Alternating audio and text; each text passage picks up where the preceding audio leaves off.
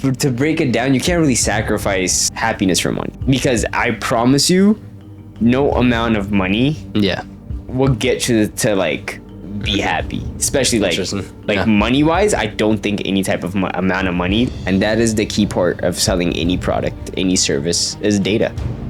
Data, like they have what people want. They know what type of sunscreen people use. Ups and downs, trends. Yeah, they know. Bestsellers. Man, like when you're in the service and product industry, that is your moneymaker right there, is knowing exactly what your customers will want.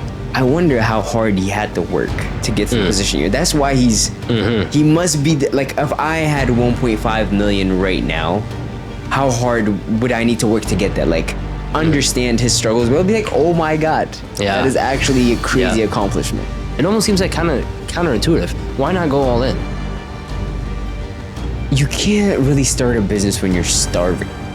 Okay. You can't really be an entrepreneur. There's no such thing as a starving entrepreneur. Okay. What do you mean? You need to be... Real quick, if you're watching this on YouTube, hit the like button, drop a comment, subscribe so you don't miss any future episodes. And if you're listening to this on a podcast platform, leave us a review. It'll help us out big time, and it'll let us know that you guys actually like what we're putting out. All right, let's jump right in. And we're back. Michael... Dude, it's been a long time. It's been a long time. What? Almost a year? I think so. When did I come out? I feel like it was spring 2024. Was it in the spring? I felt, or was it winter? Sometime there was a break. Winter break, maybe? No, I wasn't. Was it winter break? It was spring. No, I think it was spring break. Yeah, I think was it was wearing spring shorts. break. Yes, yes. you were wearing shorts. We were wearing shorts. Yeah, so spring break for sure. Damn, dude, update me. What's happened since then? A lot has happened. I'm not a junior anymore. Now I'm a senior. I'm about to graduate. A lot has changed through like business and stuff like that. A lot of different opinions have been formed. Different experiences have been lived, even though it's a short time. I have a lot to share. I mean, dude, let's dive right in. There's no reason to waste some time. So I did have some follow-up questions based on what we talked about last time. Yeah. You know, last time we really focused on the branding part of the business. So you said that branding is not really just how, it's not really what you say, but it's how you make people feel, right? And that stuck with me because it's true, right?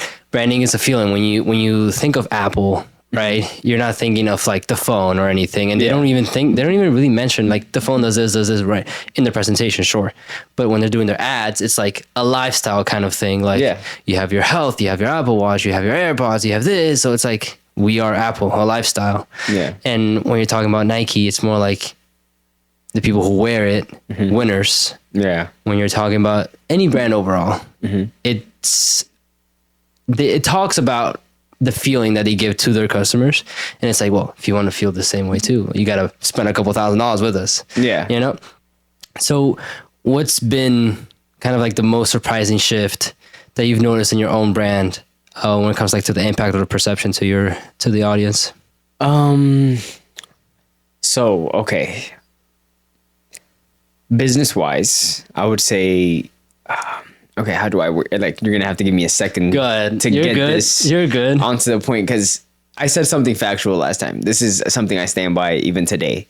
And within my own brand, I feel like I've niched down to different like people now. So of course, there's gonna be certain demographics that you follow through with. There's gonna be certain people that you focus on. So like with my skincare company in Ethiopia, we have tried a lot of different ways to appeal to the customer. So, of course, like we're in Ethiopia, we're in an African country. What's the demand on this high L'Oreal product that only maybe 25% of Ethiopians would actually buy within the country of Ethiopia? Because there's Ethiopia is not it's a third world country. So people are not going to prioritize that type of accessories compared to that. So like niching it down like that, you'll come to a consensus of who needs what, or how do I even present it to them? Like we started doing like special product launches just for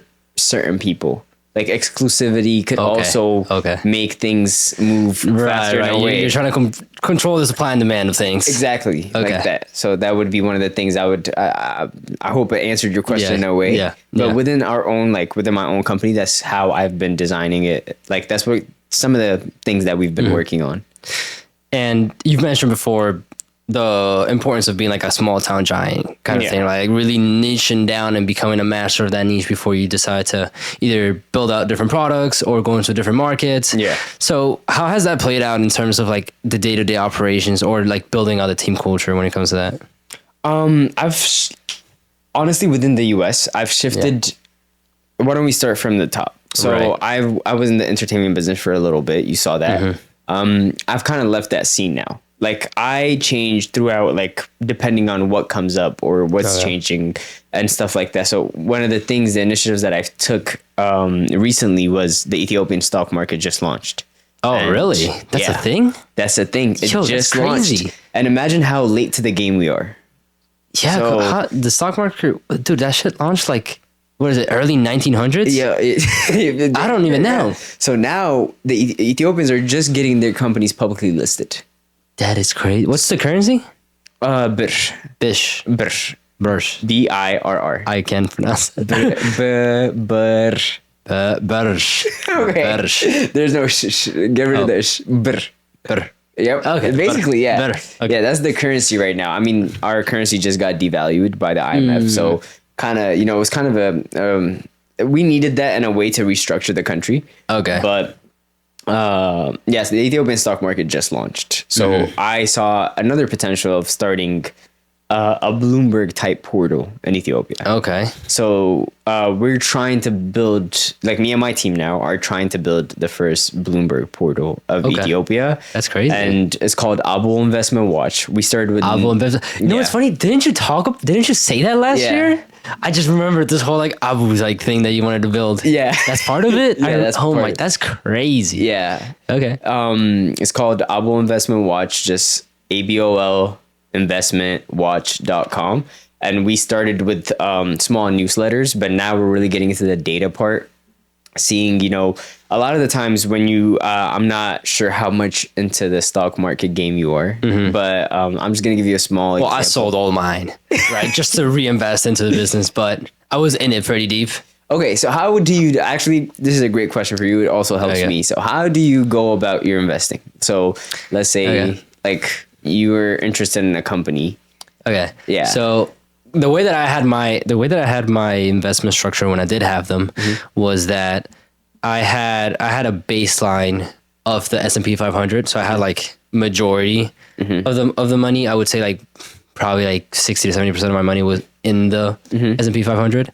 And then I would have like that 30% in like single company stock, right? So I would have like Tesla, Apple, Amazon. I would have Microsoft. I would have Palantir.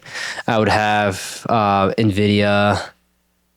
A couple more. It was probably like 10 companies that I would just single-handedly drop in a couple bags in every now and then.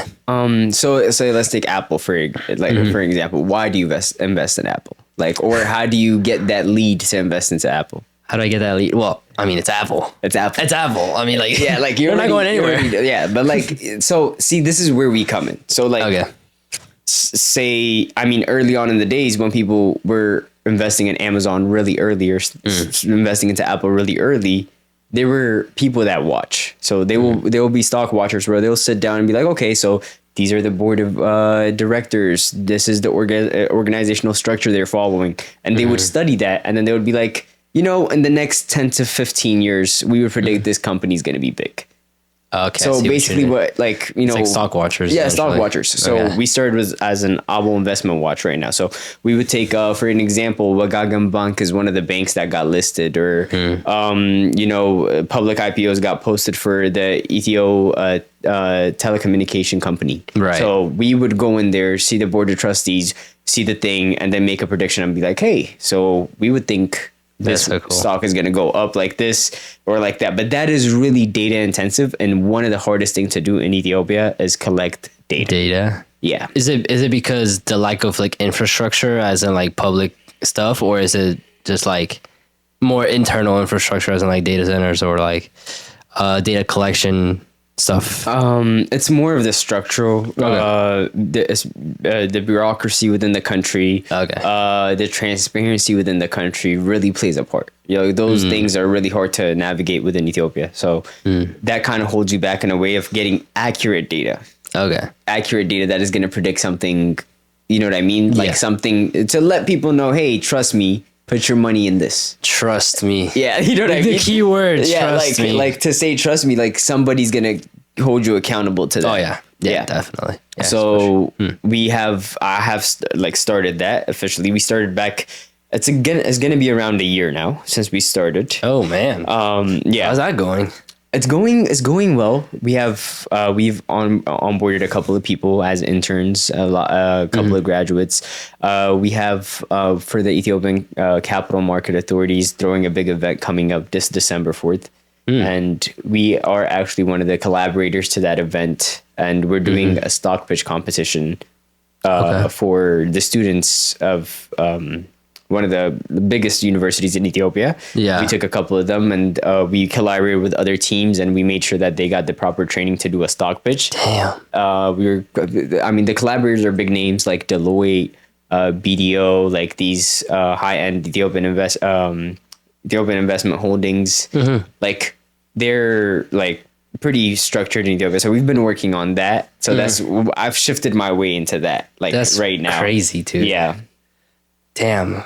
It sounds crazy because like how do you even get in a room with these people? Like how do you get a hold of these people? Because you're talking about big hitters, right? It doesn't matter the country. Like these are big hitters. Yeah. It's branding.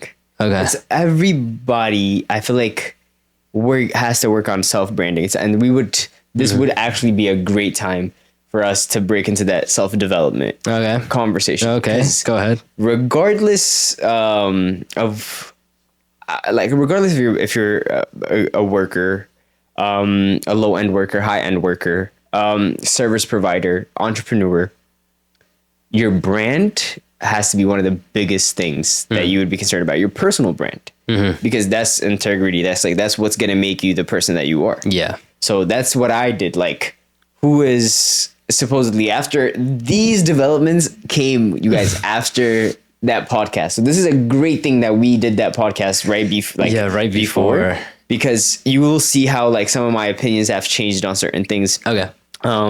So coming to self-development again, and like, so I took a lot of time to see, okay, where am I right now? Like, where am I right now? Am I just busy or am I productive? That's one of the most that's key. That's serious questions you have to ask yourself. That's key. Are you doing busy work or are you doing work that moves the needle? For real. Yeah. Like, are you being productive or are you just busy? Like, you're just avoiding the big work. And a lot of the times the big work that you avoid is you. It's just you, like, on your personal self. Yeah. So I just went into that. I started working on myself heavily. Like, okay, so, I'm in college right now. Of course, being in college is not an easy thing. Yeah. Like, like you have to manage classes, register on time, make sure you study, prepare for the final. Like these things really matter. And these are a discipline for me.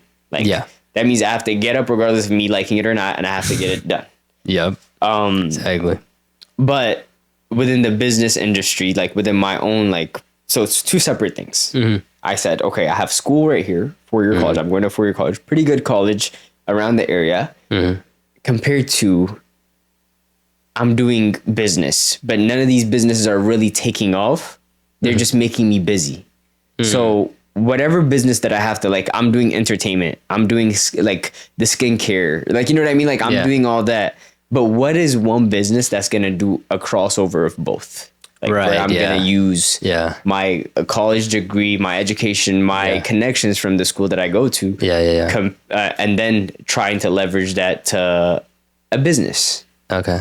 And that's when I started really like networking heavily. When I started networking heavily, I got the opportunity to go to the IMF, both meetings of the IMF. I mean, walking to the IMF, it's crazy. It's crazy because you're turning this way, you're seeing the Central Park, like the what is it called? The biggest like bank in Ethiopia, like directors, governors, and all stuff like that. And I am easy to talk to. I get that a lot. So I'll just walk right up to them. I'll be like, hey, I'm Michael. I go to this school next door, and I had the opportunity to come here. And, and I make sure that I talk to them in Amharic, our original language. Like original language. Oh, wow. It's great that, you are cultured, your language, whatever. And I use that to leverage to get some information out of, get some information out of them. Kind of sounds weird to say, get information out of them. Yeah. But I tell them, hey, I'm Michael. I someday want to be in a position that you are. This is really great. I would really like mentorship. I would really like any advice that you have for me. Mm-hmm. And I've built some of the things that I'm telling you about today as in based off of that advice that I was given.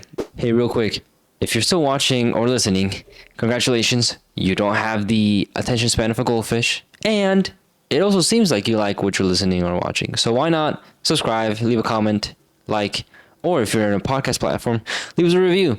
It helps us out more than you think. All right, let's get back into it. That's so crazy. Yeah. I mean, it's interesting how far just going up to someone and talking to them could get you, right? Because the worst thing that could happen is they tell you, hey, I'm not interested, or I don't have time for you, or who are you? Get away from me. Mm-hmm. That's the worst thing. That's the worst thing that could happen. And that's not even the worst thing if you think about it. Yeah. Okay, they don't want to talk to me. Next, you're in a room full of people that could potentially do something for you. Yeah. Or drop some kind of knowledge that is useful. And if one of them says no, well, thank you, next. Yeah. That's exactly how it's supposed to be. And one of the things that I also learned is that friendship, connections, relationship are based off of value. Mm-hmm. It's based off of what value could you provide to me and what value could I provide to you. Yeah. That's purely what it is. It's a value system where you're just passing out, okay, this person offers me a good conversation. That's makes me feel good. Okay. That's a way of you know what I mean? That's the way of connecting. Mm-hmm. So when you just said that, the first thing that came to my head, I was okay, well, when you say in an exchange of value, a lot of people will be I'm expecting this from this person, so I give this to them, right? Kind of matching this. Mm-hmm. But the way that I see is definitely professional relationships and networking for professional needs is more of this person does this, I do this, we'll help out each other. Right? Yeah. Which is completely different from personal relationships, right? You might have a friend that's just you just hanging out with them. They don't provide you with any value, and that's okay. You hanging out with them. They give you enjoyment. That's the value. That's the value. Everything, I promise everything has a value. It's going to be value based. Mm-hmm. It doesn't matter if it's a smile. Mm-hmm. It's going to be value based. I had a long day, so I'm going to go hang out with that person because I know that person is going to bring my mood up. I'm going to smile a lot. Mm-hmm. It's going to make me feel some type of better about what I went through today. That's a value system. Yeah. And that person is going to be when Michael comes over, it's always fun. We're going to watch movies. We're going to talk, whatever. And that's a value system. And then in the professional scene, it could be the same thing as well. I'm going to go grab coffee with Michael today after my meeting. And then we're going to talk about business. Because whenever I'm with him, I get, motivation to think about different things that I haven't thought about. Have you ever sat with somebody and you're talking to them and you're they're oh, you just bounce off ideas. Yeah. And you're just brainstorming ideas. Back. It's hidden. Just go. These are values. These are really, really, really good values. Mm-hmm. So everything has a value system. That's what I would. Everything has a value system. I'm saying. How would you say, how can someone increase their value system? If someone wants to, again, get in a room with people that bring a lot of value to them, mm-hmm.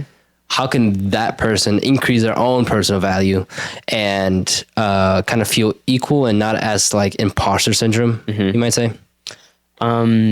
Have you read the book Seven?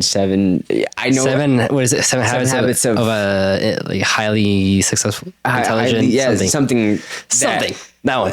It says seek to understand. Seek to understand before you seek to be understood. Okay. That is one of the best value systems. You can that's to find yourself, that's the best thing you can do. Like, okay, I'm going to try to understand you. And then once I understand you, I'm going to be able to connect to you, because you're going to have something that's going to be mutual, like within any like business. If you're talking about business, if you're talking about fashion, or sometimes you don't connect and you're like, oh, hey, you know, he's an amazing friend, and you just go around about your day. You know what I mean? So like, but first, if you don't understand and you're seeking to be understood before you understand, that's when people are going to be like, I don't know. Right. Yeah. So like always try to understand, listen effectively. Like these are like really simple things, honestly, like said, done though. A lot of people don't do it. You would be surprised on how many people don't do it. Yeah. They don't listen. And what do you think that is? I think mainly ego gets in the way. Ego gets in the way. Yeah, 100%. I feel like ego gets in the way. And it's also like the need to like, ego, importance. You know what I mean? Like you could walk up to somebody, you can tell them about every single thing, every single successful stuff you have done. Like, yo, I just did this. I just made like 1.5 mil here, made that, whatever. And the person might be like, oh, great. Good job, I guess. Yeah. Good like for you. That's nothing for me. I don't know. You know what I mean? Like, you know what I mean? But if that person actually like, you come and you're like, oh, I just made 1.5, whatever. And I like actually listen to him. Not only listen to the value of 1.5, but I'm like, I wonder how hard he had to work to get to the position here. That's why he must be like, if I had 1.5 million right now, how hard would I need to work to get that? Like, understand his struggles. We'll be like, oh my God, that is actually a crazy accomplishment. And I forgot where I heard this. Like on that same note, I forgot where I heard this from someone. It might have been Alex Hormozy. I'm not sure, but essentially what he says, like, whatever gets you to your first million, it's not gonna get you to 10 million. And it's not gonna get you to your 100 million, right? Yeah. Like you can work your ass off to get to your first million, and that's what a lot of people do, right? I mean, that's what I'm doing right now. I'm working my ass off to get to 1 million, but I cannot possibly work my ass off to get 10 to 10 million. I'm just one person. Yeah. You know what I mean? You need it with a small team. You still can't. Like you need to build an organization, you need to build a team, you need to build a culture. Yeah. And you need to, again, like you said, understand before you're understood. So you need to understand the rules of the game. You need to understand how the game is played and play accordingly. You remember on the last podcast a year ago, actually, when you said that, it sparked in me a memory. I said, you're not like true superheroes. I made a mention about superheroes, if you remember. Okay, I think I heard. Like, I think I remember. Yeah, like a superhero, like a real superhero, like well, let's talk about troops going to a war, like heroes of the country. Yeah, it's a bunch of them together going fighting for the same reason. Yeah, it's a squad. Yeah, fake superheroes though are like one person, like fairy tale superheroes, like maybe like take Superman for instance, or Spider-Man. There's just one superhero. I actually remember mentioning that. I don't know if it was off. Maybe it was off camera. I don't know. Yeah, but it reminds me of that point of you need to have a team. You need to have a team you trust. You need to have to scale it. Unless you're just maybe building with AI. I don't know. Duplicating yourself. I mean, these days it's tough. Yeah, these days it's tough. Based on the fact that whatever gets you to one point might not get you to the other point. What do you think the price of ambition is that you have to pay that you didn't know beforehand, right? Like right now you're, going through the motions, you're in the stage of building something up, right? And there's a price to it. There's things that you don't get to do. There's things that you are sacrificing time that you're sacrificing with maybe your loved ones or some kind of relationship, friends, to yourself, right? So what would you say that price of ambition is? Persistence. Having the ability to get up every day and know that these sacrifices are going to exist. But is that really, are you really going to sit here and think about the things that you're going to sacrifice before you even start the work? Like you can't do that. Like that's like, you know what I mean? Like get up, work. Like it's like these values do matter and do what's like makes you happy at the end of the day. Yeah. But man, there's such a big difference between like, you can't be like, oh, you can't sacrifice. This is a pretty hard question. Like you can't really to break it down. You can't really sacrifice happiness for money, because I promise you, no amount of money Yeah. will get you to like be happy, especially like money wise. I don't think any type of amount of money, like a person being able to survive. I'm saying, of course, I'm not being like, you know what I mean? Like you're going to be homeless and happy. Like fuck money. No, definitely. Yeah. I'm saying like you making, like let's say a corporate job and you're getting paid $150,000 and you know, you're going to eat good, you're going to sleep good, and you're going to have some money for vacations and stuff like that. And you're truly happy, but you're making 10 million or like you're making $1 million and be like, you're fucking outrageous. Yeah. It's just like misery. It's just like the fat percentage. Have you seen the fat percentage moves? Like, yo, like I'm at like, it's crazy. I'm in, I don't know, 5% fucking fat percentage, but I'm fucking depressed and like, I know what you mean. I know what you mean. I've seen them. I've seen those hormones. Like I've seen those hormones. Like, actually, that's a great example. You know, overall, like fitness and entrepreneurship go hand in hand. But that's right. Like the whole staying lean year round under like single digit body fat. Yeah, like that is horrendous. That is horrendous. And it's like you look at the great people, right? They're not that, but like they don't do that. They don't stay under like a single digit body fats for a reason. Because they know like, hey, I'm just here. I need to do this for a season of time, and that's it. Like I'm not. It's not something that you can do consistently. Moderation. Exactly. Moderation. Yeah. Too much of one thing is bad, even if it's a good thing. It's the yin and yang, right? The yin and yang, like, for real, it's moderation. Like they know that, but there's gonna be seasons where you're gonna have to be under that fat percentage, and that's where you're working hard. Definitely. You're working hard. You're doing your stuff. This applies to business as well. That's like your crunch times, your 90-hour weeks. Like crunch. You gotta do it. But then you have to make sure that you get that little like time to reflect or whatever time you need to reload, or else burnout is not a joke. Yeah, burnout is not a joke. Burnout is crazy. Yeah. You know, I've heard that burnout is not necessarily you overworking yourself. It's more of time mismanagement. Like you're not managing your time correctly, right? Yeah. And yes, but also no. I feel like sometimes when you're in the thick of it, you just need to push through it. Like you can't whine. There's no room for whining, right? Yeah. But also it is true in the sense that when you are in the thick of it, you're not thinking straight. You're not thinking of the most efficient way of doing things, right? Like whether you can onboard someone to take off loads off of you, whether you can build out a system that helps you out, cut like 4 hours a day or something like that, right? You're not thinking, you're just like, I gotta get this done now. Yeah. Right? So I would say that when it comes to burnout, it flips depending on the person, right? If you're working too hard, you probably need to like be a little more efficient and manage your time. If you're not working enough and somehow you're burnt out, you just need to keep going. Yeah. You know? So it's like different advice for different people. Yeah. No, definitely. I agree with that. It's like what I said initially. Busy work is not productive work. Exactly. Where you might have a lot of stuff to do, but you didn't prioritize the right things and you just made yourself busy. Now, therefore, you feel burnt out to do the actual pushing. Yeah. You know what I mean? Like, because you chose to do the easy things. Yeah. Like at a certain time. Yeah. So that's where burnout leads. I mean, brain fatigue is not a joke. Like you can actually fatigue your brain, like to a crazy amount of, especially like I've seen this a lot. Like, man, it's sad being in the college scene. It is actually sad on how much people are stressing. I don't know if this is, I don't know if this is a new thing, or I don't know if this has been, I mean, and the histories is there, but drugs is a serious problem. Prescription drugs. Okay. Oh, like abusing prescription? Yeah. Like what? Like which Adderall. Adderall. I was going to say Adderall. Adderall is a big thing. Like really? And a big thing, especially like at yours. Yeah, at mine. Definitely. Like Adderall is a big thing. There's people that need it. There's people that are prescribed to it. Yeah. And then there's people that are trying to get an assignment done or pass a final.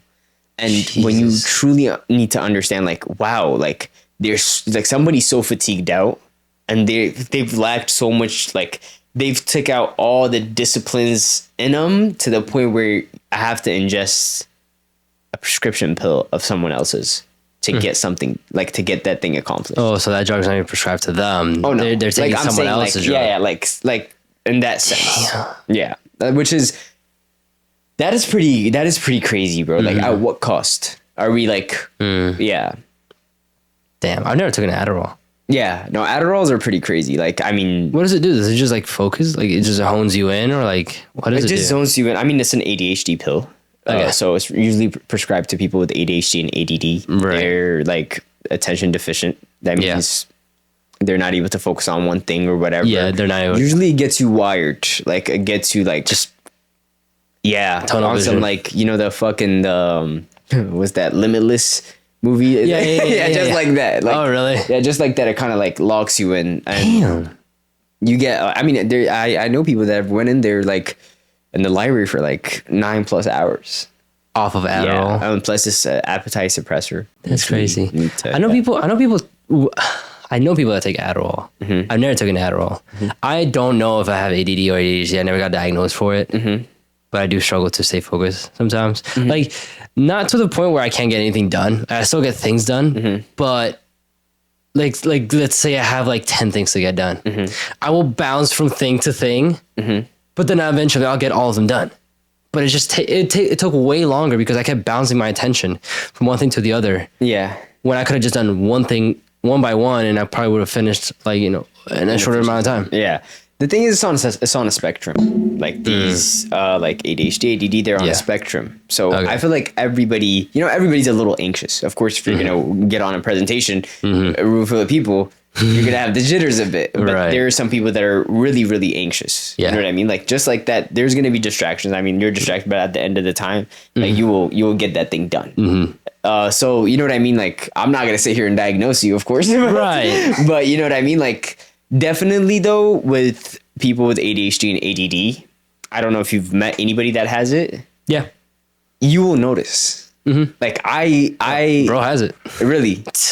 Horrible. Really? Yes. Is it like does he have a hard time showing up on time? That's one of the things No, not really. It's just like, does one thing, does another thing, and goes back to the other thing. I'm just like, finish this first, and then do this. Like, bruh, like, no, it's pretty wild. Yeah. And, usually too, like, if they want to do something, it's also a superpower of, like, people say it's a superpower because if you want to do something, you'll get it done. You will make sure at all costs you'll get it done.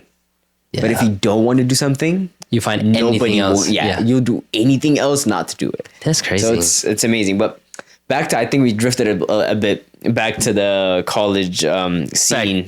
Back to the college scene. So it's a little hectic in a way. Like, people do, like, it's sad. Like, there's some colleges, state schools, that drink and all that for the, like, that take drugs for the sake of the enjoyment of having fun. And then there's some schools that are academically so pressed out that they have to take these drugs to excel academically. Like, that's crazy, dude. Yeah. What? That's insane. It's wild. That's insane. I mean, you can't help but just feel bad. Yeah. Like, I don't know. When it comes to, like, these topics of, like, drugs that either minimize or maximize your potential or your output, I always think of, like, how the hell did we get to this point in, like, history overall when this is something that definitely happened beforehand, right? Like, ADD and ADHD don't just show up out of nowhere. Yeah. Like, this, someone in the past has had to have this. Yeah. And they pass it down. Yeah. Right? So if they lived their lives and they did everything they had to do and they lived and died happily, why can't we just do that? Like, it's been proven over and over again, right? And if you look at not just historical figures, but, like, people, like, very successful people, right? Yeah. They're on some kind of spectrum at some point, right? Like, you don't just build out $1 billion company out of nowhere, right? Yeah. Like, you have to have obsession, you have to have hyper focus, you have to have some sort of these traits that you need prescription drugs for. Yeah. Right? So it's like, why is it that some people might need these drugs, other people might not need these drugs? These drugs have been around for a while, but what is it called? With the people that don't need it, are like, I don't have a lot of knowledge on people that need it and the way that functions, but for the people that don't need it, I think it's really stupid to take it. Yeah. Because you don't really need it, bro. Like, you could get this thing done. Like, you don't, unless you're about to go like, hey man, if you take an Adderall, bro, go bring $10,000 back. Yeah. Like, you know what I mean? Like, go solve a crazy problem. Like, but if you're taking an Adderall to make sure that you pass a math exam, that's crazy. That's concerning to me. You know what I mean? Like, that's crazy. Why? Like, that really like bothers me. But also, I wanted to mention, I feel like within, you've mentioned time throughout history, like why, you know, certain things happen. I feel like in this generation, our generation especially, the internet is a really big deal. That's a really big risk factor to a lot of our lives. Like, it's not taken as serious, especially within our like within our like age group. It's not really taken as seriously. Like, man, social media will affect you a lot because you're seeing 10 different people. Like, imagine, bro, people in our age that were like let's say it was the 1990s. Okay. And you are our age, like 22, 21. And think about life, how life would be. Like, no internet, like no TikTok. You don't know what's going on in California right now unless you open the news or somebody from there is telling you. Yeah. Or you read a newspaper. Yeah. But you can sit right now, me and you can sit on right now currently and scroll 10 times and gain 10 different viewpoints from Europe, Africa, right here from the DMV, right there from California. And I feel like social media is algorithms at the end. So it's going to give you what the most watched is. So let's say like me and you, we're working towards success right now. Yeah. We're working, trying to build our life, make everything good. And we're on pace, maybe even a little ahead. You know what I mean? Yeah. Like, thankfully. But when we're sitting here and we're seeing the top 1% from our age group that had made detrimental changes to their lives, and they're out here paying off their parents' house, getting the newest luxury cars and wearing watches and stuff, you start setting unrealistic expectations. That's going to lead you to inevitable failures. Yeah. That's crazy because, from my experience, you're right. You scroll like, bro, you can scroll for 60 seconds, count it. The moment you start scrolling, you'll see someone doing better than you. Yeah. Like within 60, maybe even 30 seconds. Yeah. It's crazy. And I really think it depends on the person. But whenever I see that, I'm just like, all right, like if a fucking 14-year-old can do this shit with like, I bet bro doesn't even know algebra. Yeah. Like if he doesn't even know algebra, he can figure this shit out. Why can't I? You know? There's a sense of right place, right time. Yeah. Connections, daddy's money, and there's a lot of variables. Yeah. Right. But when you strip it down to what it is, it's like this person did this to get this outcome. If I do this, add a little bit extra sauce right here, and then get to this point, like it's a straight trajectory. It's just very hard. A lot of people have it easier, yes. But it doesn't take away from the fact that they did that at that age. Okay. No, definitely. Oh my God. All the words to them. Yeah. But it will make you say like they're the top 1% that were able to do that. Yeah. And there's a lot, there could be a lot of luck, a lot of prior education, a lot of exposed to different things that are going to drive that, like, you know what I mean? Drive that factor. But at the same time, when you're our age, like right now, you as a 14-year-old and you right now, which one has more time? I do. Do you? Well, no, actually, no. My wires crossed. No, the 14-year-old has so much more time. So there's a lot of trial and error there, especially if it's a smart 14, like a smart 14-year-old. Yeah. That's like, you know, like money driven, whatever, hustle, this, that. It's going to be really easy for them because there isn't a lot to do as a 14-year-old. Like, go to school. That's it. Go to school. That's it. That's all you got to do. There's bills that you have to worry. Go ahead and try what a 14-year-old is trying right now. Yeah. And you might not pay your rent. Like, you know what I mean? Like, you don't have saved up. Like for us, it's like a realistic like thing that there's gonna be. That's why I say like try the business while you're young, whatever. Oh yeah, because it's only going to get harder as you grow up. There's going to be more bills, more responsibilities, more things. Yeah, you get the wife and you get the kids, and then you get a place, and you have a mortgage, and you have the cars and all this and stuff. And then you scroll on TikTok and you see that 14-year-old and the sense of regret. Yes, you're like, the sense of fuck. Did I waste my time? Well, actually, I think counter work productivity towards something that you want to do. So social media plays a big part. The internet plays a big part. As much as it's helping our generation, mentally, it's going to be draining us. Like, man, everybody has a platform.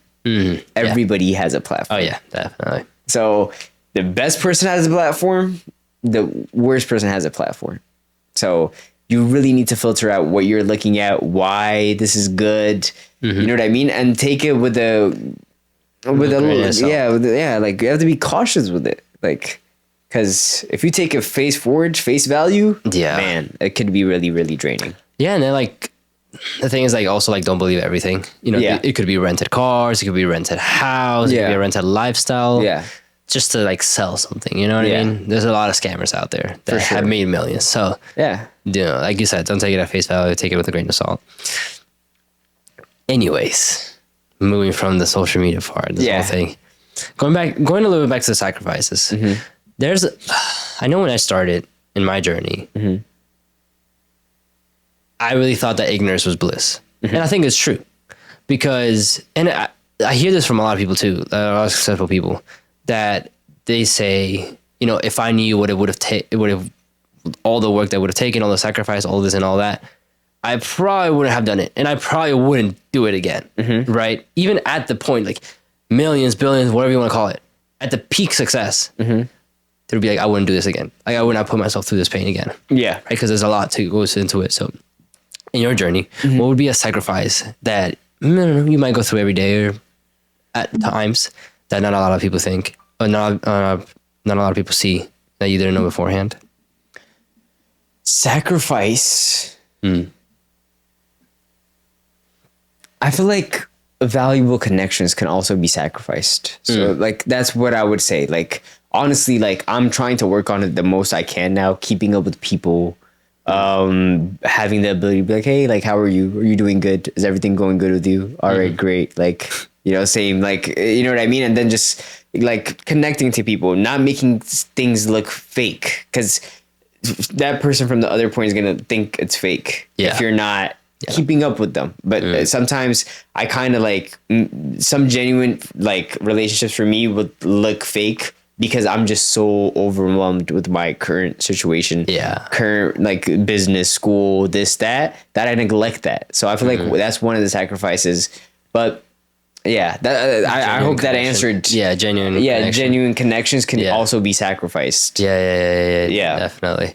And I mean, I only think that it gets worse, quote unquote, as you move forward, right? Yeah. Because at first they're bad because you don't have enough time. Yeah. And then when you have enough time, you have such a high value of resources that it's like, okay, do you want me for me, or do you want me for what I can provide to you, how I can make you feel? Yeah. Right. And it's not just like in romantic relationships. This isn't like friendships as well, right? Like, you know, God forbid your friends are like, hey, like, can I get some of this and some of that? Like, whatever. Yeah. You know? So it's like, as humans are like a social species, social connection, like you said, and genuine connection is something that's very rare. Money can't buy it. And yet, you know, it can be used for both good and bad. So I can definitely see why you say like that's very, very hard, especially at times when you have to look out for yourself and you can't look out for others.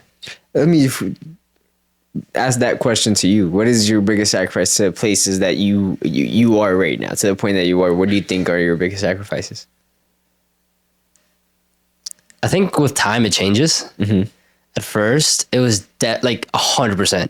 Relationships and connections, right? Yeah. Like I remember when I started, worst friend in the world, horrible partner, because I was just like, I didn't have time. I didn't have time. I worked 10, 12 hours. I come back, I work some more.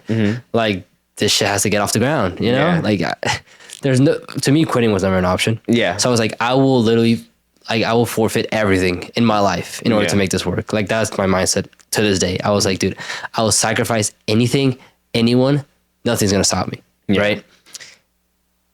And that sounds good on paper, right? That's a good reel, right? That's like motivation, yes, strong, But when you're in it and when you're experiencing this, it fucking sucks, dude. Like I would look back at like pictures, videos. I'm just like, dude, fuck, I was so fucking happy, dude. I was like, I miss my friends, man. Shit. Yeah. And then when you have a partner that's like, understanding to a point, but then obviously like, the constant, like, I don't have time, constant, like neglect, constant, like I'm too tired, this and this and that. You get tired. Yeah. Right. And so eventually that becomes a problem, right? Like it takes a special person to build something. Yeah. But it also takes a very special person to be with the person that's building something. Yeah. You know what I mean? So I definitely think that in the beginning it was that genuine connection, like not genuine connection, but just like my viewpoint as in like the value of friendships and relationship was like fucking zero. Yeah. I was like, I don't give a fuck. Like if you're not helping me out, if you're not building with me or for me, or you're not doing this and that for me, like get out of my life. I really don't need you here. You're just taking up space. Yeah. Now things are a little more settled. I am investing more time into that, right? Yeah. Because I think it's special. There was a point in time during the whole thing, it was like a 3-year period of just hell, but that I was like so fucking lonely, dude. I was just I would just come home from work. I would work more, and then I would just sit there. I'm like, damn, dude, I miss people. Yeah. Like, dude, it sucks. Yeah. Right. And even when you are in a room full of people, you can still feel very lonely because your head is completely like somewhere differently. Yeah. Right? You're like, damn, I got to do this tomorrow. I got to make this phone call. I have this meeting, blah, blah. I have to pay this, pay that, pay this. So it's like, you can be in a room full of people having lots of fun, laughing, and your mind can be completely elsewhere. Right. So at first, I keep going away from the question, but at first, yes, genuine connection. I think more now, kind of the sacrifice is just more of sacrificing myself, as in like what makes up me, right? Yeah. Like, I don't know, funny or like straightforward, honesty. There's morals that don't shift no matter what, obviously, because then what kind of person would you be, right? Yeah. What kind of person would I be? But there's parts of you that die. Yeah. When you go through this whole process. And that's something that I don't think anybody really talks about. Or maybe they do. It's just something that men don't talk about. It is, yeah. Right? But it's like, I've turned really fucking cold. Yeah. Like cold as fucking Antarctica, bro. Like it's crazy. Yeah. For certain things, right? Yeah. Like when something great happens in my life, I'm just like, great. Cool. I used to get really excited. Yeah. Now it's just like, okay, what's next? Yeah. That excitement, that like little joy of like, fuck, we did it. Nothing. Yeah. Like for example, like just now, right? We were talking about the Christmas light season that we're doing right now. Dude, I was so excited to get to 50K. We got to 50K today. I celebrated for 5 seconds. And I was like, all right, 60K. You know what I mean? Like, yeah, it's insane because I've been talking about this 50K for like 2 months straight. Yeah. And I've been looking towards it and I've been working towards it.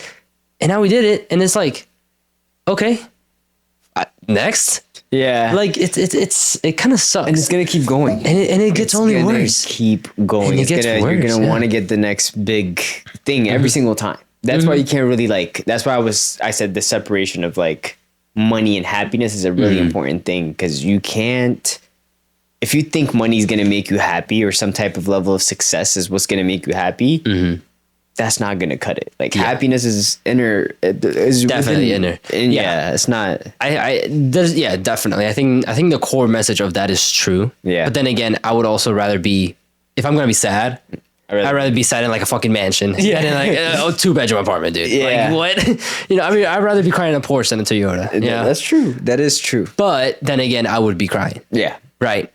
In a Porsche. So like, it's a little, it's, you gotta play with it, right? To each their own. But yeah, at first you sacrifice connections and then you sacrifice yourself. Yeah. Who knows what I'll sacrifice next? Wow. That is pretty deep. Yeah. Sacrifice yourself is pretty deep. It's part. I've been going. I've been going on this streak for the past couple of months of just trying to like figure out myself. Right? Yeah. Because like I said, like we talked about burnout earlier. Yeah. There was a point earlier in the season during the spring where for the period of like 3 to 4 months, I was just in the fucking weeds. Like, again, 12-hour days, come back home, work until fucking sundown, barely eat, barely sleep, next day the same thing, just continuously. And it was almost like I was on autopilot, right? Yeah. And it worked out, right? It worked out fine. It worked out great. Like, that was worth it. And then I swear, bro, it was like clockwork. Like June, I remember this, June 15th hit, I was done. Like, fuck, like I don't want to hear anything about this, bro. Take me out. Like, I need to get out of here. Like, I literally felt like I was like, bro, I need to get the fuck out of here. I'm gonna go crazy. Yeah. And I would struggle to get out of bed. Sleep wasn't the same. I wasn't eating as much, and I was like, holy shit. And I saw that it started to affect the business a little bit, right? Because like, as the head of it, I need to be on top of things, right? And I would start slacking off a little bit and a little bit and a little bit. I would always catch myself and make it up. But the fact that I was slacking in the first place was a problem. Yeah. Right. So at that point, I really sat myself down and I was like, okay, fuck, we got to figure this shit out. Cause like, I cannot keep going like this. And then I realized, and then I heard this, I keep forgetting the person, but it was like, the business is a reflection of yourself. Yeah. Right. In order to make $1 million, you gotta be the person that makes $1 million, right? If you're gonna make $1 billion, you're gonna become the person that makes $1 billion. Who is the person that becomes $1 billion, right? Look at the billionaires. Yeah. What have they done? Replicate them, right?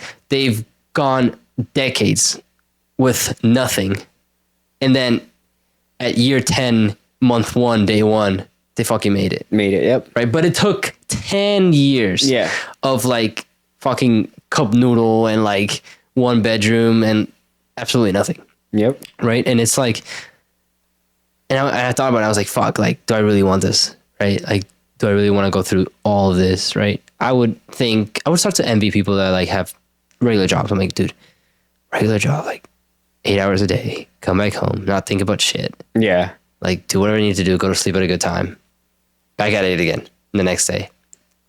And I was like, fuck, I can't do that. I can't do that. Yeah. So we got to figure this out. Vacations are there for a reason. Like, time off is there in a company, in a big company for a reason. Because burnout do exist. Like, sometimes you just have to, like, go away for a week. Yeah. And then you're going to miss you're going to be like, oh, like, you're going to feel energized again. Be like, oh, I need to get that done. I need to get that. Like, we'll kind of have that little reset on you. Yeah. That is a good thing. And yeah, like, it's true you were saying with the $1 million thing. My professor that I was telling you about earlier actually made his first million in his, I think, early 40s. Damn. First 1 million. When did he start the company? By the way, this is like the CEO, founding father. Yeah. So like late. He didn't. I don't exactly remember when he started it, but he said early 40s. He hasn't made his first million. Damn. And then now it's almost what is their valuation a year for the business? 148? I don't know. 148, I think. Founding farmers valuation. It's owned by did he sell? Dan Simons. Dan Simons net worth.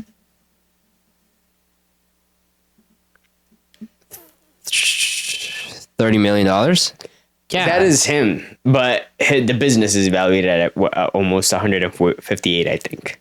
Yeah, it's not telling me. I can't find it for some reason, but he's worth $30 million. Yeah, I mean, shit. Really, really one of the best professors I've ever had. Really, really like taught me the values of being an entrepreneur, not just the breakdown of, point A, point B, point C. Like literally like what it means and what are the values of it. So like him mentioning that was a really motivational factor. Some people might not make it till you might work for 40 years, not make it, and then make it in the next 5 years. Incredibly big. Exactly. Like, Warren Buffett didn't become a fucking billionaire until like what, 50, 60 years old? Yeah. Colonel Sanders with KFC, 60 years old. Yeah. There's a bunch of like the Chick-fil-A guy, also like 40 something years old. Yeah. Like there's definitely the young ones that make it in like fucking, by the time they're at the womb, they're billionaires, Yeah. But then there's also like the seasoned ones that have been working for a long time. Yeah. And they make it eventually. What's the average age of an entrepreneur that made it? To what, $1 million? And just that is successful. Age of, let's just say an average age of a millionaire. Average age of a millionaire is 61 years old. God, I did not know this. 61 years old? It has increased. Crazy? It has not gone down. It has increased from 57 to 61 years old. Fuck. See, like, but that's probably because of like investments, like Roth IRAs and the retirement accounts. Yeah, because they do mature around that time. But so that makes sense. Think about it though. Think about that. Like, you would never imagine that the way you see around the people around you, where you go, whatever, what you see. Doesn't say 60, but like it doesn't say 60. Yeah. It says fucking 20 to 30. Yeah. So that's crazy. Honestly, like, that's why I was saying, like, either we're on the right pace or we're a little ahead. Is because, yeah, you know what I mean? I would say definitely ahead, but anyways. No, a little humble pie. I promise you we are. I hate to say it, but we're a little ahead of our age group, I would say. I had a really good point to bring up, but... It's okay. I'll fill in. Yeah, but fill in. I think that, so like you said, like there's like the 1% thing of people that make it, right? Mm-hmm. And here's a few statistics for you. Among men, 0.01% of men have abs. 0.001% of men are millionaires. Yeah. So if you have a six pack and you're a millionaire, you're in like the 0.00001% of men. That's true. And the worst thing is that that's exactly the ideal man, like the bare minimum man. Yeah. The this is what a husband should be kind of guy. You know what I mean? In whose eyes? Man, that is a crazy statement. Man, that's what I'm talking about. Like this whole like self-worth thing and like figuring out your shit and like this whole self-development thing and like feeling your feelings and all that, like it's important, right? Yeah. Because like that guy that has a six pack, that guy that has $1 million, they all shit the same. They all eat the same. They all breathe the same. Yeah. They all cry the same. They're not special. Yeah. And they probably have their own horrible lives that no one knows about. Yeah. But because they have a six pack, because they're a millionaire, everyone thinks like that's the ideal man. But then that might come with anger issues. That might come with emotional instability. Yeah. That might come with like, I don't know, hair loss. I don't fucking know. Yeah, like there's a lot of stuff. Yeah, there's a lot of stuff. That's not going to be like, yeah, it's true. But a lot of the things are going to be skewed. Like, yeah, definitely. You're talking about, you know, of course, okay, you have $1 million, you have abs, just like you said. And then what about the other things though? Like, what about you? Like, are you like, do you wake up happy? Like, do you wake up like, exactly, like satisfied? Like, you know what I mean? Like, do you refrain yourself from the joy of eating a donut? Yeah. Because you want to keep your abs. Like, exactly. You look over there and you're like, I wish I could eat that donut. But no, I have to stay below 10% body fat. Fuck. Yeah. Or like you have all the wealth in the world, but you don't want to spend it. Oh, that is the worst feeling. Like you have $1 million. I don't want to buy that car. It's only $50,000. If I give you $1 million right now and told you you have 2 minutes to spend it, what would you spend it on? $1 million? In 2 minutes. In 2 minutes? Dude, that's not enough time.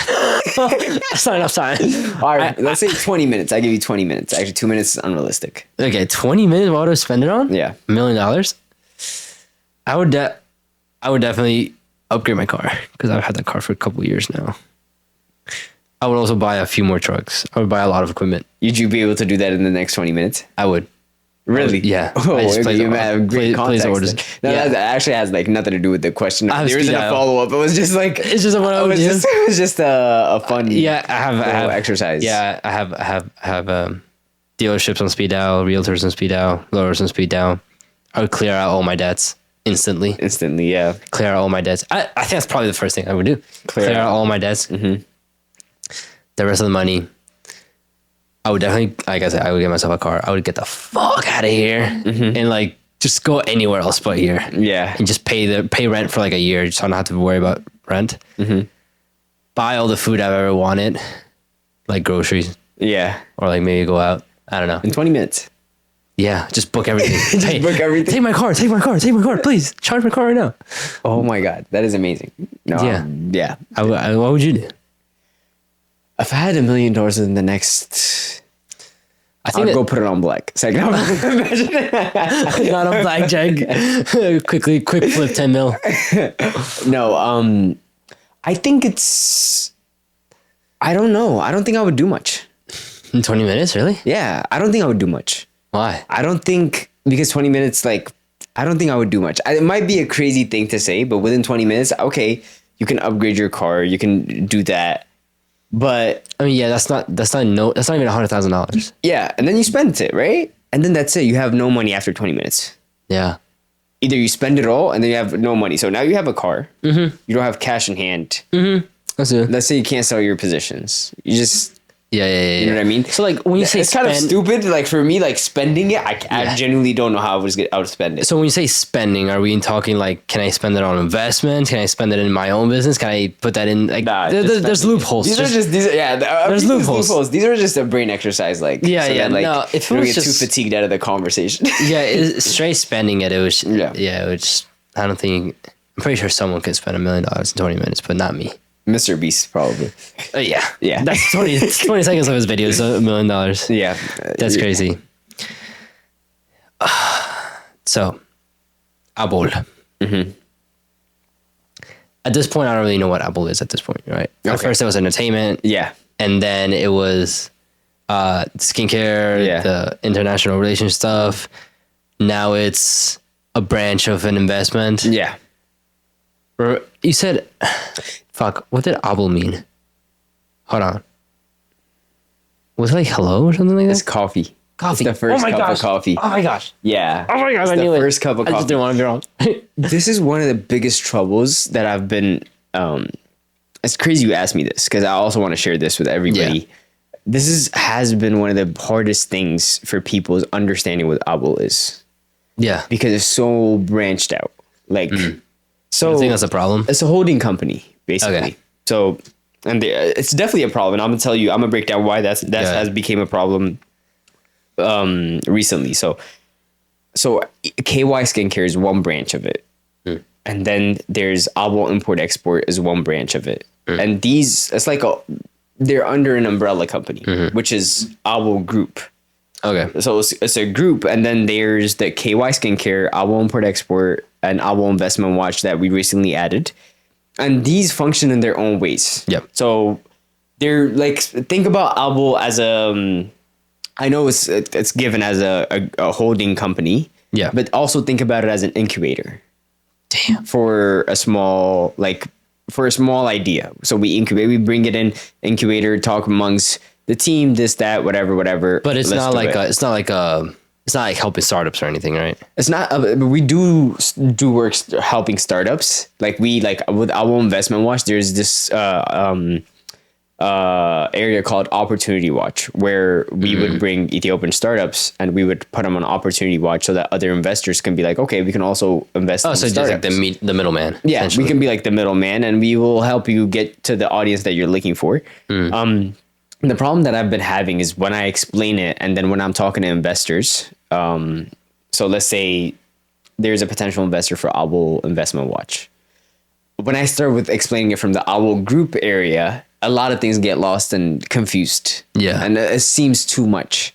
Yeah. So that's something that I have to work on with my part, especially when it comes to investors. I have to niche down my thing tailored to them. Like that's it. Like it is an umbrella company, but Apple Investment Watch is its own thing. Like you can only invest in Apple Investment Watch or Apple Entertainment or Apple. So are all these founded here in America, or are they founded? Yes. Okay. Yeah, so they're. I mean, I'm here, so they're their original paperwork, whatever this that the bureaucracy is done here. Okay. And then what is it called? There's also a part that's done in Ethiopia. Okay. So it's like in between. In between. Yeah.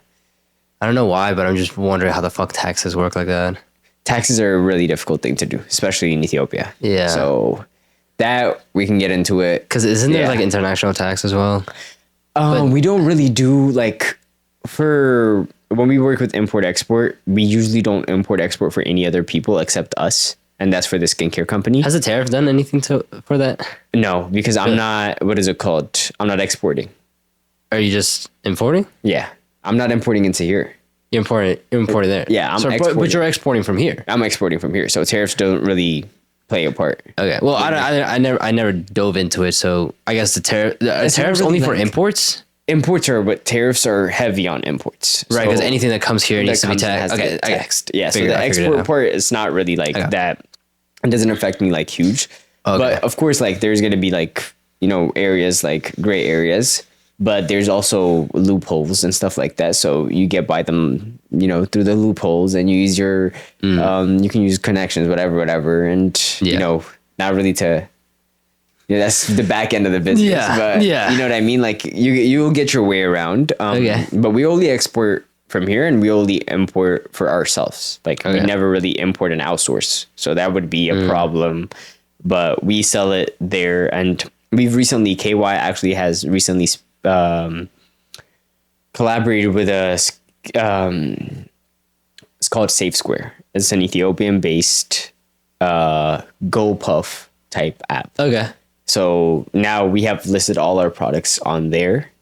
So we're also in the e-commerce part. We're the first skincare sellers through online services, not using Telegram, just using our own apps, own downloads and stuff like that. I forgot like more foreign things. Like they're on either Telegram or they're like on WhatsApp and stuff. Like there's no sense of like really like e-commerce, go to the website, do this kind of stuff. It's just like Messenger. Yeah, so I partnered up with them, great people, and I feel like they're doing a lot of the heavy lifting. I imagine. Yeah, they are, and they're gaining a lot of data though. No, and that is the key part of selling any product, any service is data. Data, like they have what people want. They know what type of sunscreen people use. Ups and downs, trends. Yeah, they know. Bestsellers. Man, like when you're in the service and product industry, that is your moneymaker right there, is knowing exactly what your customers will want. Yeah. Interesting. How do you leverage that? Right? Like, okay, they have the data. Yeah. Right. They know what's popping, what's not. What do you do then? Right. Because like you have to know what to do, or else it's just a missed opportunity, or it's just another metric. So with, if we're talking the US, you can use it to sell to the customers. We can just stop at that. And then you don't really have to go into different areas. But when you're working abroad and you have something as good as data, there's going to be other foreign companies trying to break through to that country. And what do they need? Data. Okay. Like, I see. Let's say like a food delivery app is coming into town, into Ethiopia. Yeah. And somebody that was a local food delivery app has collected, let's say that Grubhub wanted to come to Ethiopia, or actually in the most recent case, there's this, I forgot their exact name, but there's this app in Ethiopia that does food delivery postings. Like they're just like Uber Eats or Grubhub for Ethiopia. Okay. So, and then there was a food spot, I think it was Burger King or something. Somebody was trying to come to, I forgot exactly what company, but they were trying to break through into the food like environment in Ethiopia. They were trying to build a big franchise. They bought like the local app in Ethiopia was putting crazy discounts on foods around the local restaurants. Crazy discounts. Just to get data, just to see what people buy. And people were really using that app. That makes so much sense. And the moment that foreign investors stepped foot into Ethiopia, the first thing they wanted was to see what people will eat. So they would go to these companies, and you sell this data. Yo. It makes so much sense now. I don't know why this never clicked. Yeah, this data is so really valuable, bro. It's like, that's why it's worth millions of dollars. The new gold. Data is the new gold. That makes so much sense. Yeah. Fuck. I feel like my eyes have been opened. Yeah, it's amazing. No, it is. I was fascinated when I first heard it too. Yeah. Yeah, that makes so much sense. That's why everyone's like, your data is so important. Your data is so important. It's everything, and especially when you live in the US, actually everything is tracked to the brim. So they will use that to sell everything. Sell. Yeah, it's changing. Our environment is changing rapidly. Damn. So the first podcast we talked about kind of like the whole beginning of this. Now we're getting a little in the weeds part 2. Yeah. What is the next chapter looking like? What do you think is in the next couple months to a year? Well, a couple months. I'm looking forward to graduation. Yes. Spring, right? Yeah. Nice. Spring around May, I'm going to graduate with my first degree in international business and psych. is my double major. And then I actually haven't told you this.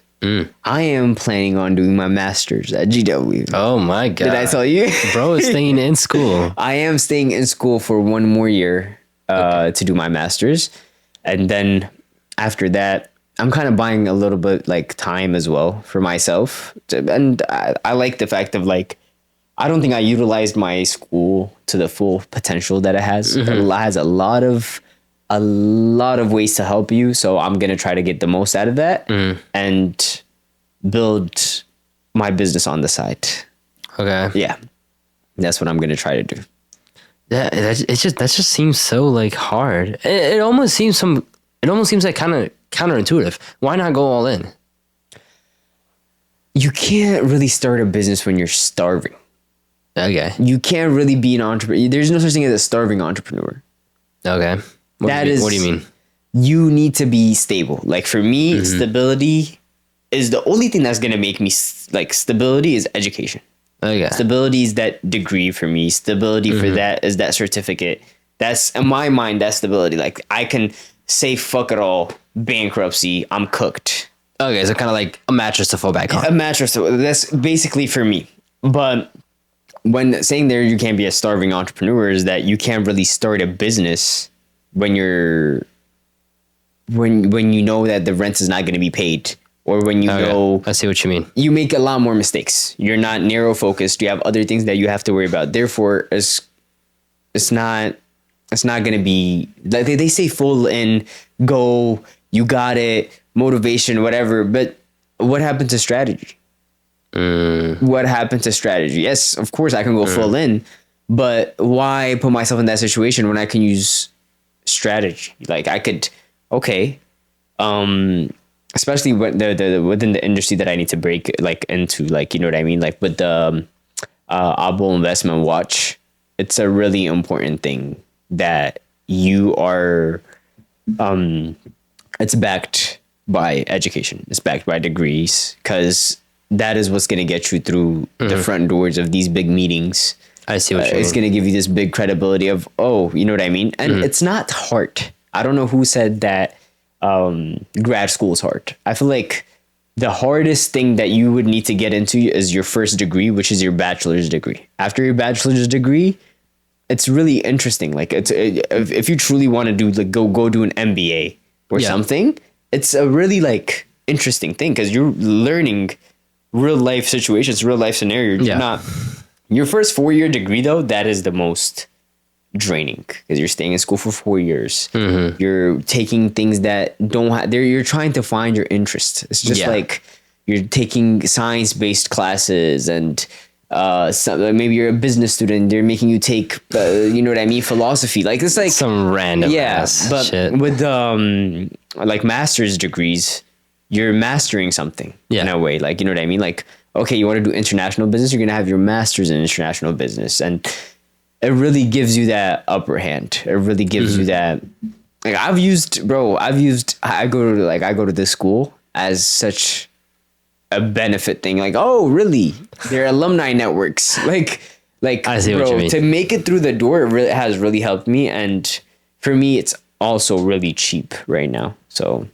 Okay, that makes sense. So you're kind of leveraging that position. Yeah, and I can finish in a year. Like I'm currently taking master's classes right now, so that it's like dual enrollment. Yeah. I see what you mean. So that I can get it over within a year. Yeah. Yeah. I don't know. So like when you talk about like a starving entrepreneur, like you can't be a starving entrepreneur. My story is like completely like the polar opposite, I would say. Okay. I went to college for like 2 months. I was like, this is not it. Okay. Dropped out. I don't even think you would call it dropout, because I barely went to the classes. It was just not it. I went because I wanted to do business. What was it? Was it business administration or business whatever? Other one. And then like, bro, like the first couple classes, I was like, all of this shit that they're telling me, dude, I know a YouTube video that takes 10 minutes. Yeah. That teaches me the same thing. So I was like, I'm done with this. I'm not paying for this. So then I left. And then the way I learn more is boots on the ground, right? Like I gotta be in the mess to learn about the mess, right? I gotta do the thing to learn about the thing. And I guess the instability that came from that was kind of self-imposed in the fact that I was doing a lot of things in my personal life as well. I was moving out of my parents' house. Yeah. I was trying to make a relationship work. I was doing this and this and that all at the same time, which might have been for the worst, right? Because definitely, like we said before, sacrifices had to be made. Yeah. This and this and that. But then again, all of those experiences shaped me into what I am right now, and my capacity of going through things and, like I said, staying at a reasonable level, not too high, not too low. Maybe that kind of like emotional, like the lack of emotions helps out a lot in the ebbs and flows of business as well. And it's just overall made me very resilient. Like I can go through a lot and I won't bat an eye. Yeah. Right. Because I've gone through the worst already. Right. So in that sense, I feel like instability could be something like if you're down to your last dollars and you have to make this shit work, like you have to make this shit work, you will make this shit work. You know what I mean? That's kind of how I think about it. It is true. Like it's when I say it's like trying new things, like getting into like if you like something. Okay. What do you think? Like define discipline for me. Discipline is doing what you know you have to do when you don't want to do it. Exactly. Yeah. So if it's something that you like, a discipline would have been you staying in college. Okay. You know what I mean? Okay. A discipline would have been you going to those classes knowing damn well I hate this shit. Okay. It's like have you ever told somebody like go work out? Yeah. Like, and they're like, nah. But then you get up and like you're working out and they're like, oh my God, you're so disciplined. You're getting up and going to the gym. But that's not discipline to you because you like going to the gym. Yeah, it's like normal. It's a normal thing. Like you like going to the gym. But for you, putting on, like getting in the, like, you know what I mean? In the thick of it was what made you, that's what you liked. Yeah. You performed under pressure. So like that worked for you, huh? That's interesting. You know what I mean? Like compared to like, there's going to be somebody that completely folds under that pressure. Yeah, definitely. You know what I mean? Like, that's why I'm saying like for the, of course there's going to be some outliers that are going to be like that's going to make it, you know what I mean? I'm going to make it regardless. I'm going to get this done. Yeah. But then there's somebody that's going to be like, why the fuck is this my life? And crumble down. I fucking hate it. Yeah. And then like, just like, you know, lose their shit and then like get in horrible situations. That's why if I'm sitting here and I'm like, yo, I'm gonna want to start this business. Let me get to point 1 to point B, like point A to point B. I can't be starving. I can't be thinking about how am I going to pay rent. Yeah. I can't be thinking about what am I buying next. Can't be thinking about, oh my God, is tuition due? Like, you know what I mean? You have to be in a clear mindset or you need to have some type of safety. Yeah, because in your case, you just wouldn't really, you just don't have the capacity. Right. Yeah. There's a lot of moving parts. Yeah. There's going to be, of course you would be able to, but you're going to miss a lot. It's not that you're not going to be successful. Yeah. But there's going to be a lot of mistakes that you could have corrected if you weren't in that thick of it. Like a lot of things that you would simply be like, oh my God, yo, like this is easy to figure out. We'll put this, and here this. And that when you're in the thick of it, you're like, what is going on? You know what I mean? Like, yo, I can't figure it out. Sure? What is going on? You know what I mean? But like, if you were in a clear mind space and if you were like, like, it's to a point where like something kind of works when if you don't really like overthink it. Yeah. There's a theory, Occam's theory. I think Occam's theory. You can look Occam's theory? Occam's theory. What is Occam's theory? Occam's theory. Did it come up? Theory. Occam's. I spelled it wrong. Okay. A principle that suggests the simplest explanation with the fewest assumptions is the most likely to be correct. When your head is clear, and ideas are gonna pop into your head. I see. That's gonna be really, really I've experienced productive. that. Where you're sitting down and you're like, wait.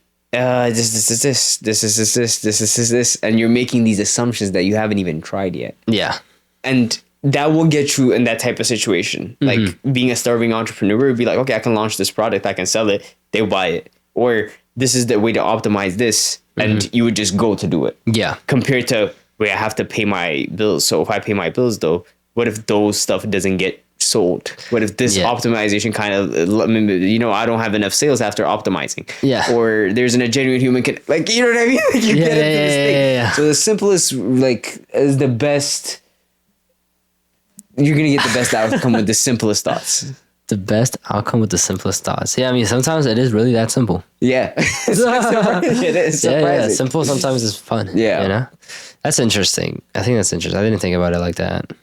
Especially on the discipline part that you said, like, for someone out there, actually for a lot of people that I know, when I would tell them, yeah, I get up, I go to work, I go to the gym, I come back, I eat, I sleep. That's my life. They would be like, oh, you're so disciplined. Yeah. Man, how do you do that? I'm just like, what are you talking about? He's like, dude, I can barely get up on time in the morning. Yeah. I'm just like, I don't know. I like doing it. For real. So is that really discipline? It's not really discipline because you like doing it. Like, you like getting, if you didn't wake up, like, what time do you usually wake up? 7. 7? Let's say you woke up at 11. Yeah. You slept in, you woke up at 11, you got up, you didn't cook food, you went out, you got some food that's going to make you feel like Bonchon. You got Bonchon, you came back, not sponsored. Not sponsored. Bonchon. You get it, whatever you eat. And then you're like, okay, now it's 2 p.m. Okay, 2 p.m. I'm going to get up. What should I do? Should I go to the gym? No, I don't feel like it today. I'm going to sit down. If you went through that 3 days in a row, I think you'd lose your mind. I would. See, for them, it's the same thing. It's till you build that habit. It feels normal to them because they've built that habit to waking up at 11, going, getting food, feeling lazy, whatever, scrolling on TikTok. You build that habit. Anything can be built in 21 days. You know that. Yeah. So if you wake up at 7 and you like it now, you've been doing it for the past 2 years, the opposite of that's what's going to make you feel bad. So it's not a discipline anymore. Doing something out of your comfort zone is a discipline. That's interesting. Running was a discipline at first. Yeah. Now it's enjoyment. Yeah. Right? Yeah. Like, yeah. Well, I haven't ran in a while, but it did become fun after a while. Yeah. Like, you would want to do it. Like, it was. I remember when I started it, I would. I did a 5K first, and then I did a 10K, then a 15K, then a 20, and then I think I did 20 miles or 22 miles, and a marathon was 26. Yeah. So I was like, all right, I'm good, and that was in the span of a month. Yeah. So like I fast forward. So you ran a full marathon in a month. Yes. How was that? How was that experience? Dude. So gotta tell you the origin story of this. So I started it. I have a friend, his name is Thomas. Shout out Thomas if you're seeing this. But he's in the Marine, so he works at the Pentagon. And there's this Marine Corps marathon that happens every year. Yeah. Here in DC. And he's crazy. He runs like for fucking fun, like 50 miles. I'm just like, you're insane. But anyways, he told me, he's like, hey, there's this marathon that's happening October something. This was last year. And I was like, it's a month. Wouldn't it be crazy if I train for less than 4 weeks and I get a marathon done with no prior practice, no prior setup, nothing. I just have a month to be ready for a marathon. Yeah. Wouldn't it be crazy? And so I did it. First week, like I said, 5K. It wasn't a 5K. It was 5 miles. 5 miles. Then I did 10 miles. Then I did 15 miles. Then I did like 18 miles. Then as I got closer to the date, I started doing 2 days, I would do 3 days because I would only run for 2. Yeah. I would go to the gym the rest of the days and then I would run for 2. Then I started doing 3 days.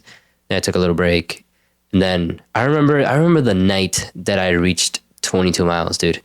I ran, that was like 3 hours or something like that. Yeah. For 22 miles. And the thing is that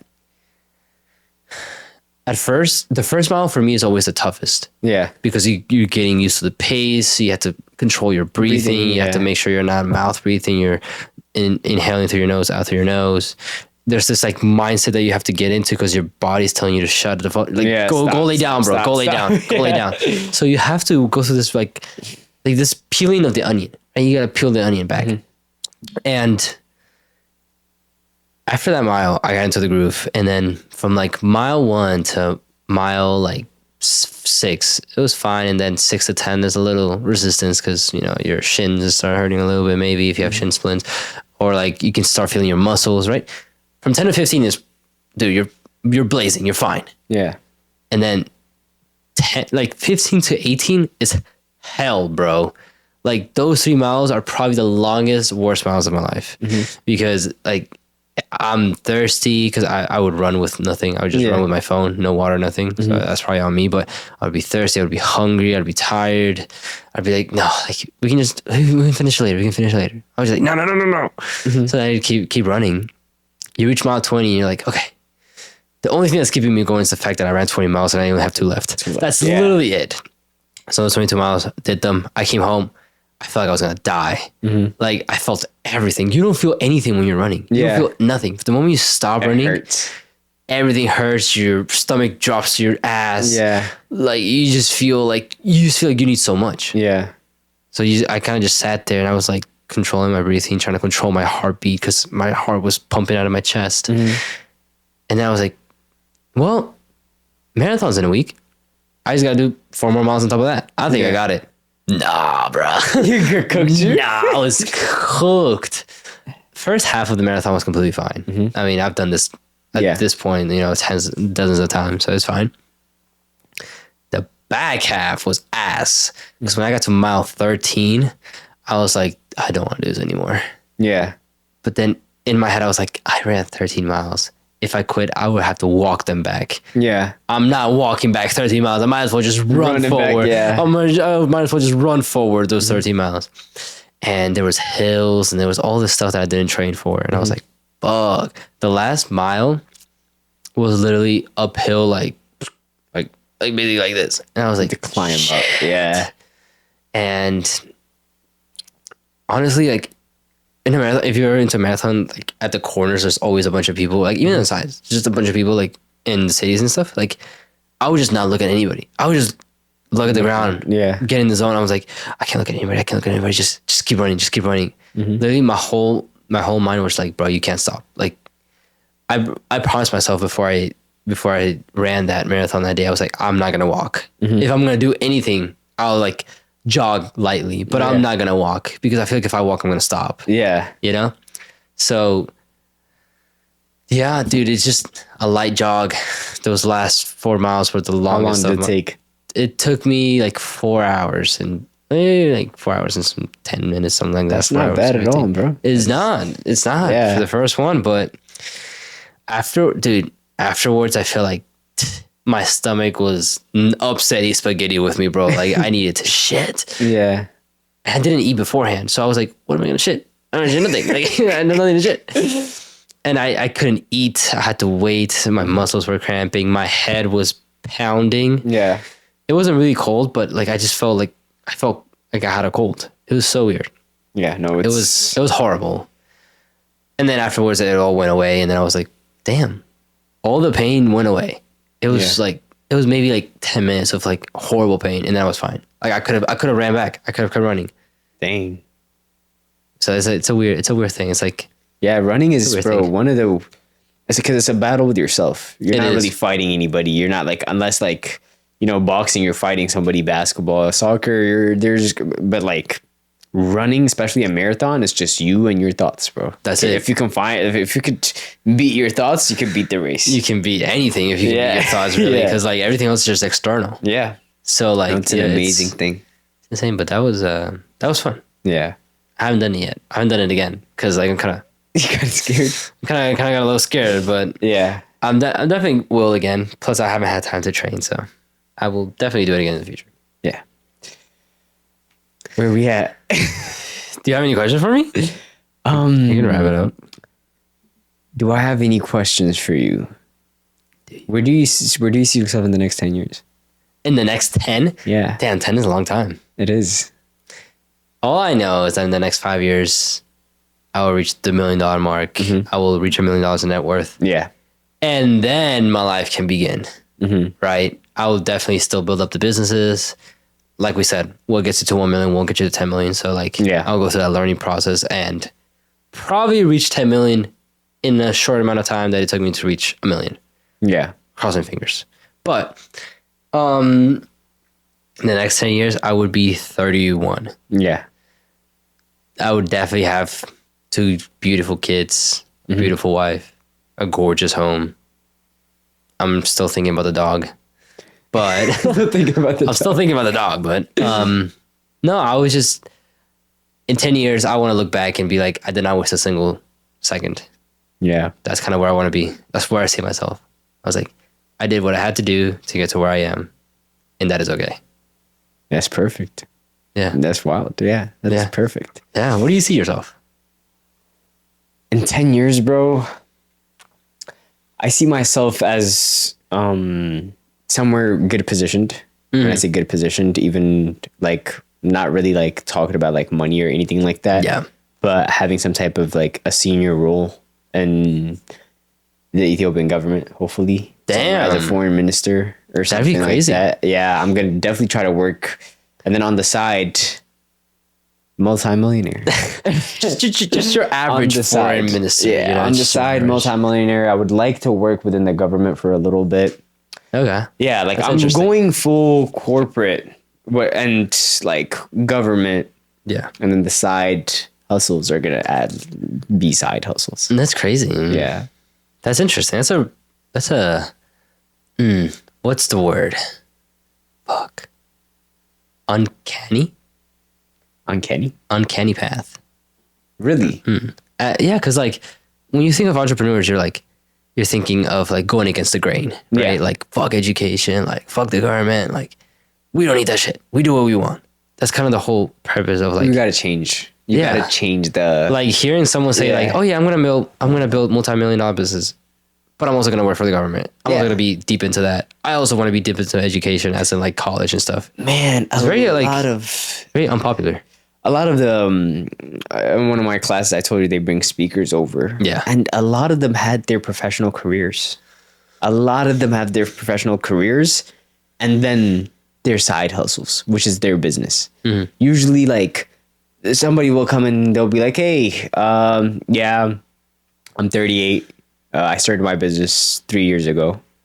We're doing this, and it says a crazy amount. Like we're this year we did 83 million. You're like, what? And then but he'd be like, oh yeah, before that I was a lawyer. Bro, like, you know what I mean? Yeah, 3 years ago I was just sitting in my lawyer's office, and now I'm making $83 million. Exactly, like that's how it is. I think like one of the biggest advice that I was giving from several entrepreneurs, I also do cold emailing on LinkedIn. Like I've made sure to build my LinkedIn page to the max potential ever. I'm one of those LinkedIn warriors. I'm not at all. I don't even know if I have accounts in LinkedIn. Bro, like I'm one of those LinkedIn warriors, bro. Like LinkedIn is a really great place to see like even entrepreneurs. They're on there. Like so for recruitment. Cold email. I'll just send a cold text to be like, hey, I'm Michael. I go to the school. I've been in this industry. I've been interested in this. I know that you're doing this. I would really like to have a conversation with you or a coffee chat with you and catch up and, you know, seeking mentorship there. That will literally like tell me so much about them, bro. And like, bro, and it's amazing. It is amazing what people are doing, and you can leverage those connections too. And a lot of them, the advice that they gave me is live your 20s like learning the most you can. Like learning the most you can. I promise you, like I know you want to retire by like 35, whatever. Like, you know, like that's the life that you want to go through. My original goal was to retire by 30. Yeah. And I was like, no. They're like, bro, when you get to 30, you're gonna be like, wow. like there's so much more left. Like there's so much time for me left. Like here, like, you know what I mean? Like I don't even want to retire. That's when you should spend your 20s really just learning. Like even like not really building, but learning and learning whatever you're building. If you're building, like, you know what I mean? I know in your case, you're in the service industry. So learning everything about service, learning how these big companies, I know you have big competitors. Oh, let's see what these competitors are doing. Let's see their organizational system. Let's see their structure. Let's see, why did they put this person on their board of advisory? What does this person know to be on their board of advisory? And that's when you get to scalability. That's when you want to step back and you know that your business is going to, you know what I mean? You guys are covering almost 85 homes and every fucking city, and you're sitting here going, great. You're bringing in investors, board of advisory, because this business is not going to stay as small. Like you're going to get it to that bureaucratic level. Yeah. So prepare for that. Yeah. Learn for that. We're gonna go to the moon. Yeah. And then some. Yeah. That's amazing, dude. I think it's been great. Yeah. I think catching up is great. You're doing insane things. So I can only imagine what it'll be in a year. Yeah. I think we can make this a tradition, every year catch up. Where are we at? Catch up, see what's going on, what's popping. Yep. It's going to be, bro, 10 years from now, we're going to look back at this. They're going to be like, wow. We should do like a watch party 10 hours straight. Like, yo, remember that first episode? Oh my gosh. We didn't know what the fuck we were talking about. bro. No, definitely. Yeah. No, it was great. It's like, thank you for having me. It's an amazing time talking to you all the time. It gives me a perspective of like, you know what I mean? Like, talking to like-minded individuals, that's the best thing I could ever do. So this is also a great opportunity for me. It gives me hope. Thank you, Michael. Of course. Thank you so much for listening and for watching. It really does mean the world to us, and we really appreciate every single one of you who sticks around all the way until the end. Don't forget to like, comment, subscribe, leave us a review on the podcast platform. It really does help us grow. And until next time, see you guys.